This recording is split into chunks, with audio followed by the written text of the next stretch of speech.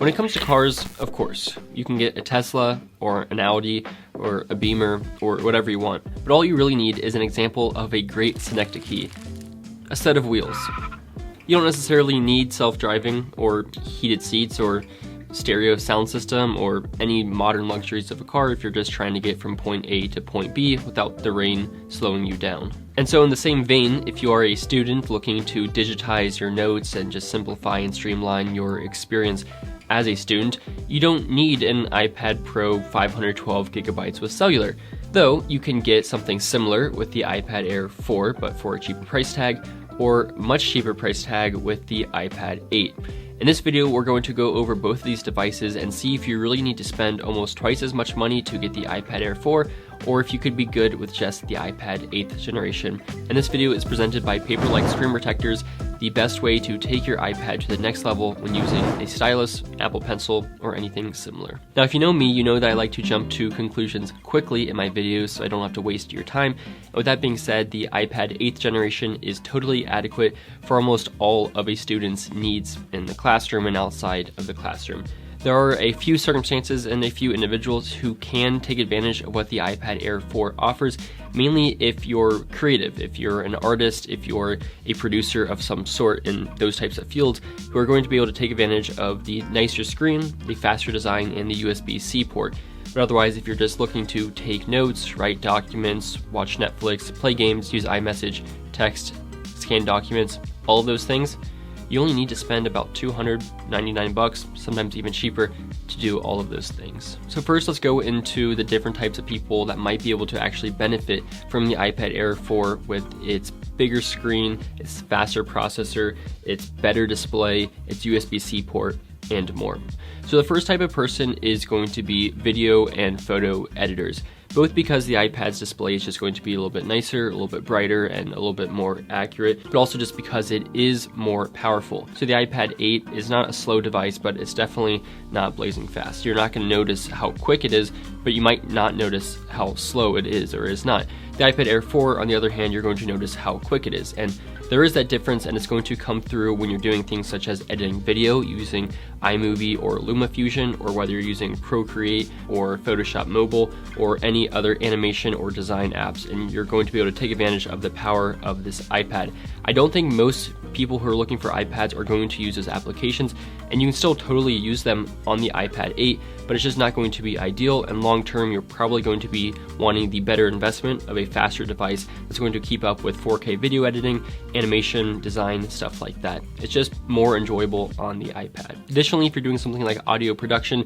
the USB-C port at the bottom is actually going to be really handy. The USB-C port allows you to plug in a great variety of different hubs and docks and things like that, just like you could plug into your MacBook or your PC or kind of a more professional computer or device. You can plug in USB-C adapters and HDMI and all these kind of different adapters and hubs, and this will allow you to connect microphones and a lot of other accessories a lot more easily to the iPad. But again, on the iPad 8th generation, you are going to be able to get Lightning to SD card and HDMI and USB for connecting other devices, but you're not going to be able to connect anything USB-C to USB-C like you can on the iPad Air, and just hubs with more versatile selections for input and output.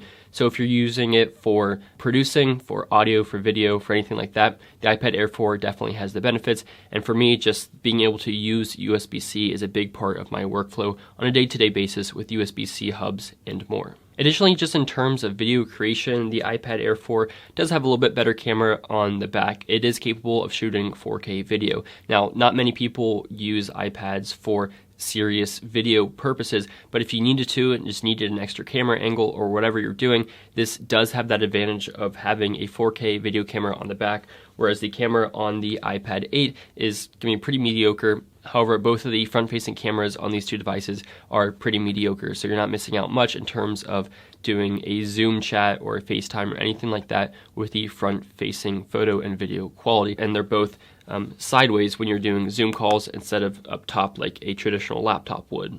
Here is the front-facing video quality on the iPad Air 4 with some vents underneath me blowing some air up. And the front-facing video camera on the iPad 8th generation, again with the vent below me blowing air up. And you can see what that video quality looks like. But to be fair, when you get into lower light environments, when I close the blinds, the iPad Air definitely does step up over the iPad 8. So you can see that when I get into lower light environments, the iPad 8 does deteriorate in quality. So they're not identical, but just neither are great. And here is the rear camera recording in 4K at 30 frames per second. And then the rear camera with its 1080p video. I can already tell this is just not good. Come on, focus.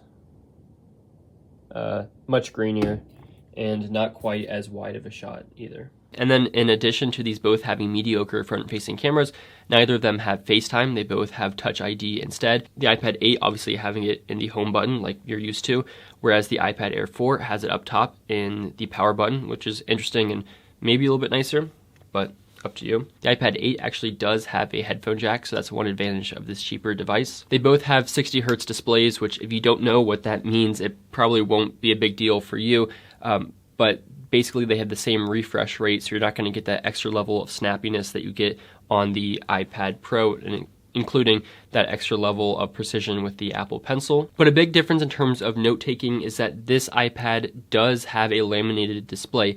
That means that the pixels underneath the glass and the glass itself are pretty much one layer. Whereas on the iPad 8, the pixels underneath the glass and the glass have a slight gap, which gives you a slight hovering and even a slightly louder effect when you're writing using the Apple Pencil on this iPad. It's not a huge difference day to day, and you can totally get used to it on the older iPad, but if you do come to the newer iPad, the laminated display both helps reduce glare, but also just is a better Apple Pencil writing experience. Now with both of these devices, if you want to have a stylus with it, but you don't want to pay the full $99 with the Apple Pencil first generation on this iPad, or the $129 for the Apple Pencil 2 on the iPad Air 4, and both of these, of course, you can actually get the student discount on both the iPad and the Apple Pencils to make it a little bit cheaper. But both of these, you can use the cheaper third-party stylus options that I have reviewed in a separate video. You can get them for most of the same functionality, but much cheaper, like $20 to $30. And they work pretty decently, but they're just obviously not quite as good as Apple's offerings. When it comes to the Apple Pencil 1 is still a really phenomenal pencil. It's just not as cool and nice as the Apple Pencil 2 that you're going to be able to use with the iPad Air 4. It includes magnetically attaching to the side of the iPad so that you A, never lose it, and B, it's always charged, but also has a double tap feature to quickly get to the eraser. And honestly, the Apple Pencil 2 is pretty nice, and if I was to consider upgrading just because of note-taking, the Apple Pencil 2 does actually make a big difference just in terms of convenience features. Again, totally usable on the iPad 8th generation with the Apple Pencil 1. It's a good experience, but it's a really good experience on the iPad Air 4 with the Apple Pencil 2nd generation. Now before we go any further, I want to talk about Paperlike, which is a matte screen protector that goes on your iPad's display. It reduces glare, reduces those oily, nasty fingerprints, and gives a great texture to your Apple Pencil or any stylus when you're writing on the iPad. And if you want to check it out, I'll leave a link down in the description to check it out. I've been using it on my iPads for the past few years, and I do love it. And then the iPad Air 4, of course, just offers a sleeker, cooler, nicer design with different colors and just that full screen display and effect, and it looks really cool, and it's just a fun device to hold and use. This is totally adequate, and if you're throwing it in a keyboard case anyway, it's going to be about the same. And both of these devices do support different keyboard cases with trackpads, and you can use mice with them. So such as Logitech's case, both of these are supported, and you can use a trackpad. However, the iPad Air 4 does allow you to use Apple's really expensive Magic Keyboard, which is going to add a lot to the price tag and kind of defeats the purpose, but you can use that, which is really incredible. Now, it's also important to note that this starts at 32 gigabytes, and neither of these have expandable storage, of course. So you're probably going to be wanting to get the 128 gigabyte model for an extra $100 of this device, unless you really just don't have many photos and videos and too many apps at all. Then you can use 32 gigabytes. and this starts at 64 gigabytes, but if you want to upgrade to 128, well, you can't. You have to go to 256 gigabytes for $150 more. So neither of these have great storage configuration options. You're probably going to want to upgrade from 32 on this, and 64 gigabytes is kind of iffy on this device, but if you want to upgrade, you have to go all the way up to 256 gigabytes. So at the end of the day, these are both really excellent iPads if you're just looking to take notes, watch media, maybe do a little bit of production. If you're going to be doing a lot of production or a lot of creation and you need USB-C, a nicer, higher quality display, as well as just a faster device and a modern design, the iPad Air 4 is going to be for you. Let me know your thoughts down in the comments below. Thanks so much for watching, and make sure to check out Paperlike.